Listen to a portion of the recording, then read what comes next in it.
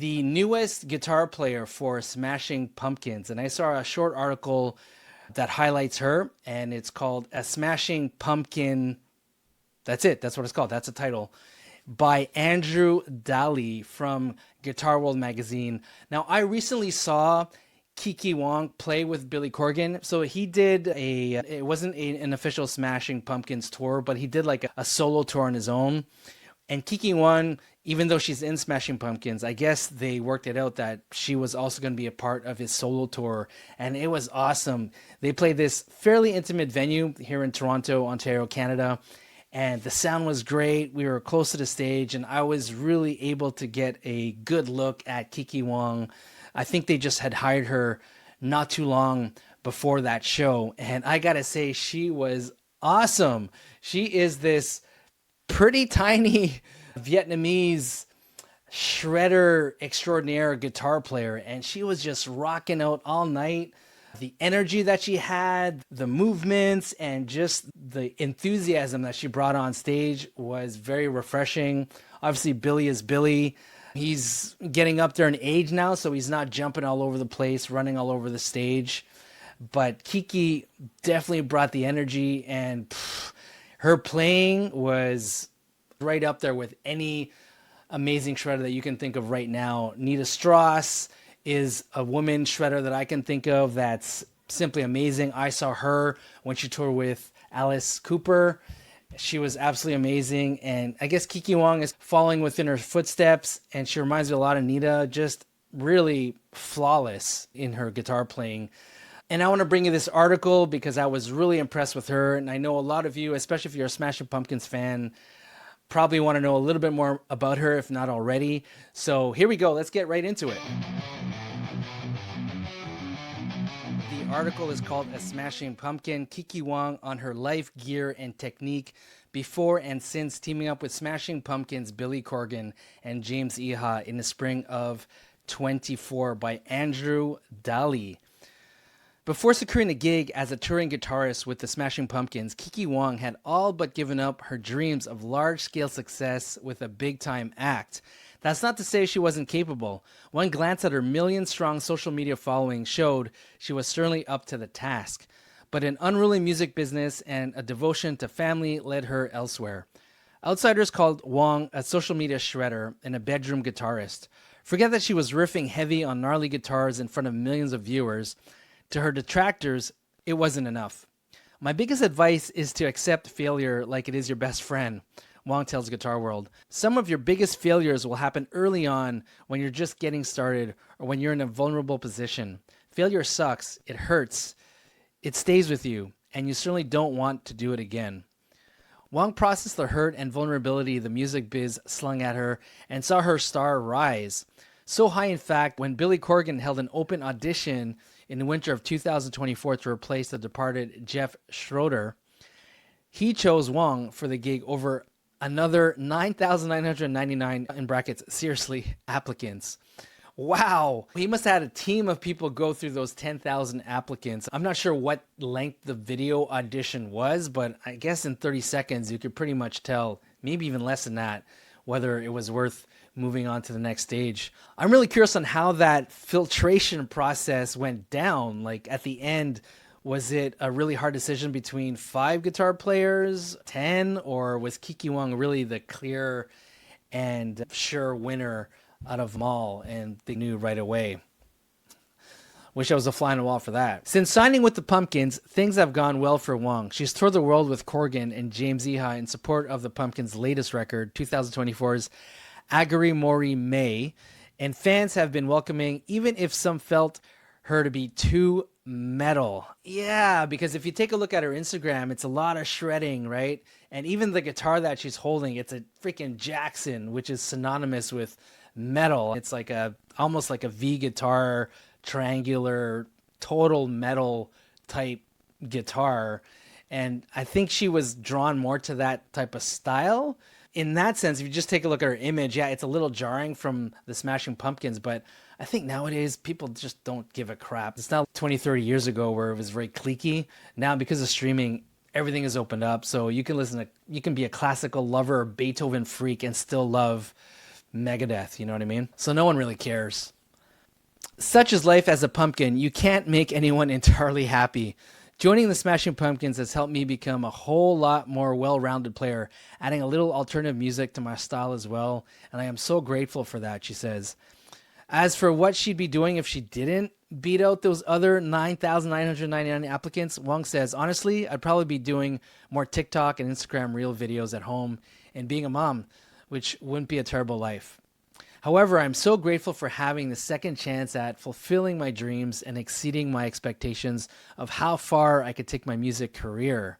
Wow, can you believe that? I didn't realize she was a mom, but man, I wonder in terms of revenue. I'm just curious. She says like she has millions of followers on social media. I'm sure she got sponsors. I'm just really curious on what does that bring a year? What are these sponsors paying her? I know there's a dime a dozen bedroom guitar players doing social media stuff, so I'm really curious. She definitely has a unique look. There's not a lot of, first of all, female shredders, let alone Asian female shredders, so I'm sure that was definitely a pull for marketers, something unique that can differentiate her and others. But yeah, I'm just really curious on what kind of revenue. Obviously, it's nowhere near what she's making now with Smashing Pumpkins, but it looks like that was cool to sustain her. So good for her for just finding her way and using her passion to make a living.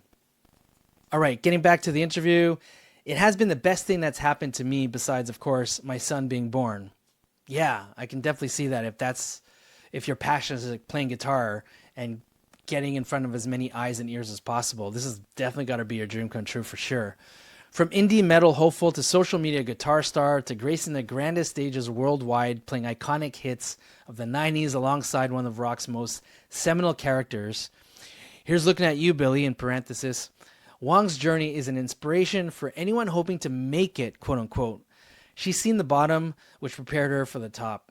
If you accept failure as a place for growth, the sky is truly the limit, Wong says. I have 1,000% failed more than I've succeeded, and I truly believe that's why I'm here today. It allows you to see where you can improve in whatever it is you want to achieve and check your ego if things are going almost too well. That advice still stands to this day. Damn, Kiki. Wow. I guess being a mom has really shot up your wisdom and knowledge of life for sure. Obviously, she's been through a lot. And that advice is not just for any guitar player who wants to make a living, but anyone in general. Damn good advice. Thank you, Kiki.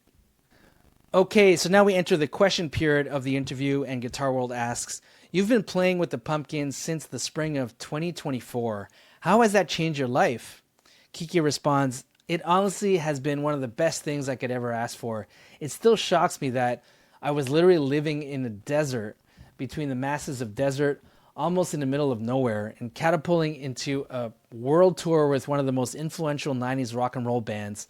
I'm forever grateful. Most importantly, it has allowed me to improve as a musician and expand my musical understanding. Does that mean you're a different player now than you were then? Absolutely. I have a lot to attribute to Billy. He's developed a distinct playing style that when you hear it, you go, that's Billy Corgan, which I think is what we all strive to do as musicians. Learning a style was hard, but it helped me play with more feel and vibe. The first week of rehearsal was like a musical boot camp that taught me more than 20 years of playing by myself. Wow.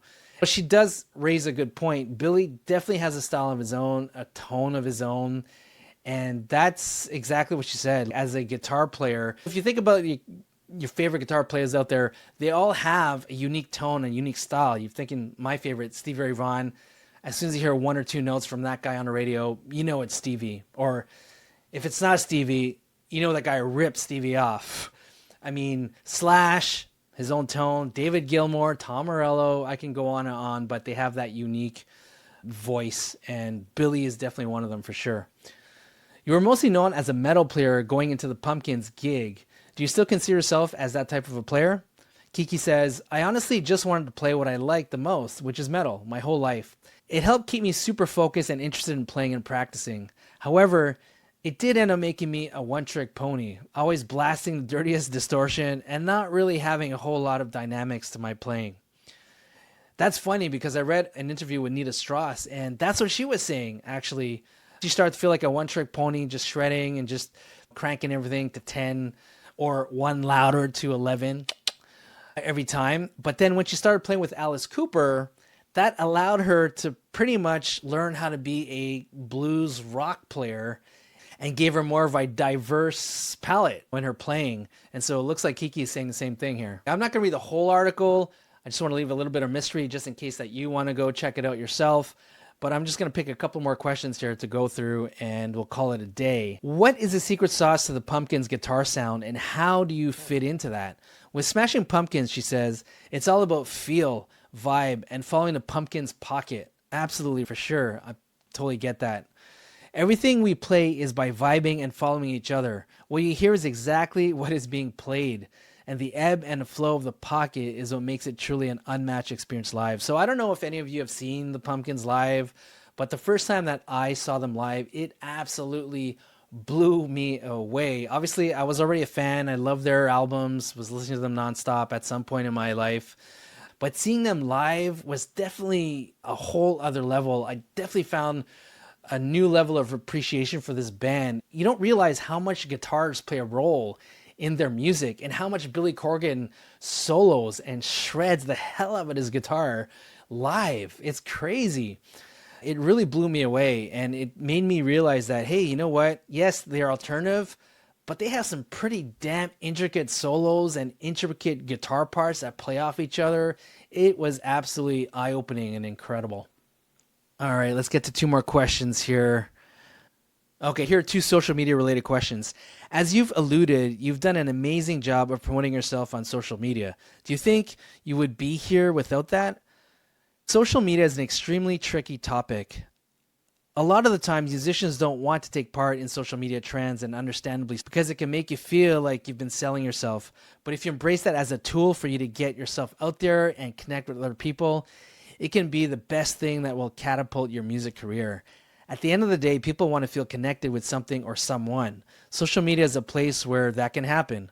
Without building a following, there is no way I would have been able to connect with so many incredible fans and musicians, as well as have the opportunity to be a part of the Smashing Pumpkins.